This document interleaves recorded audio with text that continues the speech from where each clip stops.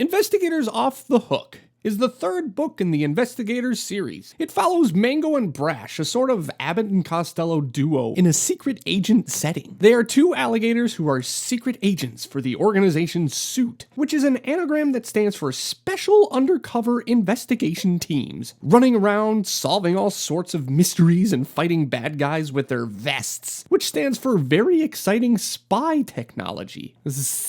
Their main nemesis is Crocodile, a former crocodile and SUIT agent, and also Brash's former partner. He was the top agent in his day, but an unfortunate accident caused him to become a saltine cracker seeking revenge. Why? The book starts off with Mango and Brash discussing the importance of making tough decisions in tough situations, like whether you should get a corn tortilla or a flour tortilla for your burrito. It's never an easy choice. After a bit of back and forth, we are introduced to a new character for the book named Cilantro, which would go really good in that burrito. She's a chameleon with super cool powers that would make her a perfect secret agent, but she isn't, and it makes her sad. Tragic. The agents get a new mission from a giant eyeball and are sent out to find a guy named Bill Plungerman. Now, Bill is from the previous book. He was a plumber sent to the science factory to unclog a drain and ended up getting combined with a freaky hypnotizing snake by a ghost robot with the power to combine whatever it touches, and now Bill looks like he has rotten toothpaste shooting out of his arm at all times. The robot got that power by downloading a thing called a combinatron.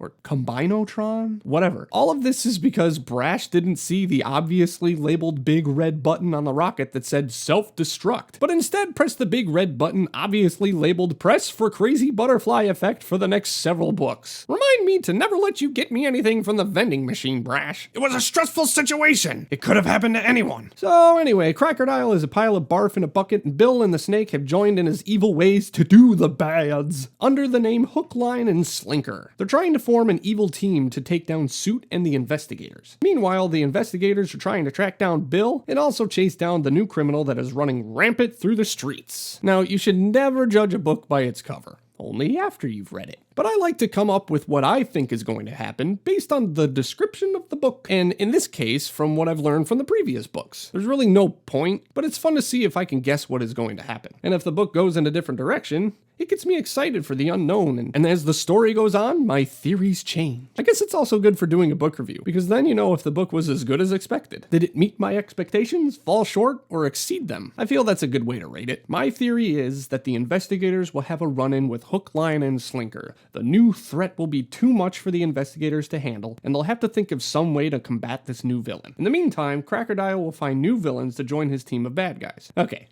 so let's read it.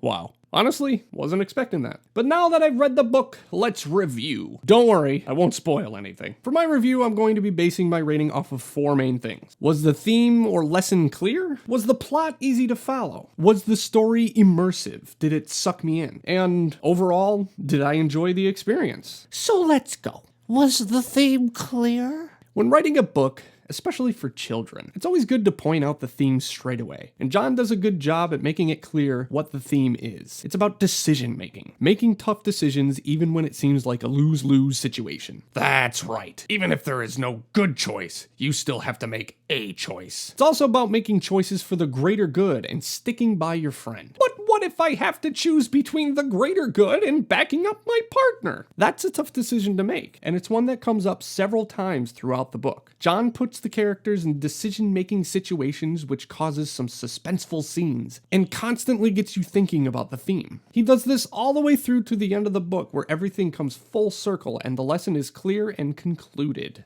Was the plot easy to follow? Yes. Albeit, I'm a grown man silently reading books intended for 10-year-olds, but nevertheless, the plot was done very well. People might tend to think, it's a kid's book. How hard could it be to make a good kid's book? It doesn't matter what you're writing. This is tough. It's tough. When you have several characters with their own thing going on in different settings, it's tougher than you think to keep the story rolling smoothly while transitioning between plot points without losing anyone. John does a great job ending a scene in a spot where you know what their next goal is and where they are heading, splitting off to another perspective, and then going back to those characters later and continuing on where that plot line left off. I never felt lost or questioned how the characters got to where they're at and what they're doing. Their goal was clear and every new chapter or scene flowed with the story. There was one point when the head scientist talked. A lot. And I knew what they were talking about and where John is going with it, but it was a lot of information. But even then, he does a good job at explaining it and making it simple to understand. It wasn't useless information or misinformation either. It all had a point. So very well done. This book also heavily focused on two perspectives, the investigators and the bad guys. There weren't a lot of interactions with other side characters like in the previous books, which I liked a lot. But that being said, throwing in those side characters would have thrown off the plot. The story needed to be heavily focused on just these characters, and John threw in side characters we're familiar with when they needed to be there. I think John realized this too, because he has a character make a comment about how he hasn't even had a part in the book until almost the end. But no character was forced in just for the sake of bringing them in, which is a good thing. I will say though, on a side note, I'm really curious about what's going to happen with Dr. Jake Hardbones and the head scientist. In the first book, they both had foreshadowy parts, and I'm just curious to see what's going to happen with that. Was it immersive? Getting your reader immersed into your story is hard to do. To do that, everything in your story has to click with the reader. The characters have to be interesting and relatable, and the story has to be exciting, pulling you in to want to know more. I feel John did a very good job at making this book interesting for even me to get absorbed into the story. The characters are fun, and their struggles are real. And who doesn't like a good altercation with a supervillain?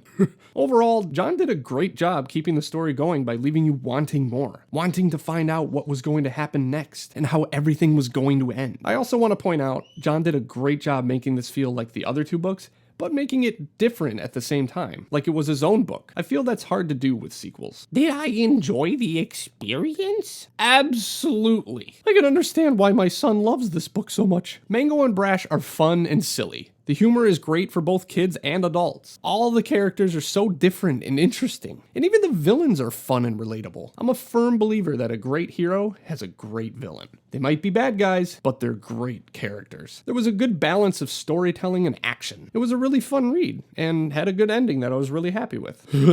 I had a lot of fun reading this book and continuing the investigator's story. And now I'm really looking forward to the next one, which comes out September 28th. There will be a link in the description where you can pre-order it. You can get it the same day it's released right on your doorstep. Don't worry, we won't deliver it through the toilet. There will also be links to the other 3 investigators books if you'd like to check them out too. Now back to your regularly scheduled narrator. Thanks guys. So without further ado, I rate Investigators Off the Hook 9 vests out of 10 vests.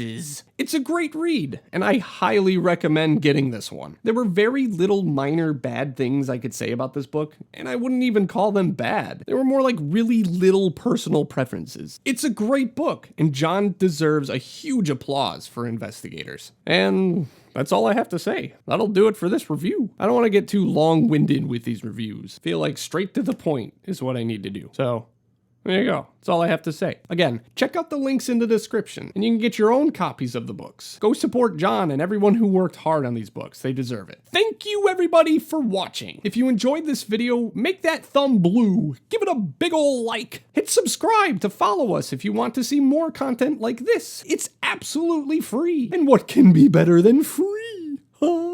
Maybe $1 million? Check out some of our other videos too. We got more. And make sure to hit the bell icon so that you'll know when more of our videos come out. Thanks again, and I'll see you again soon. Okay, bye.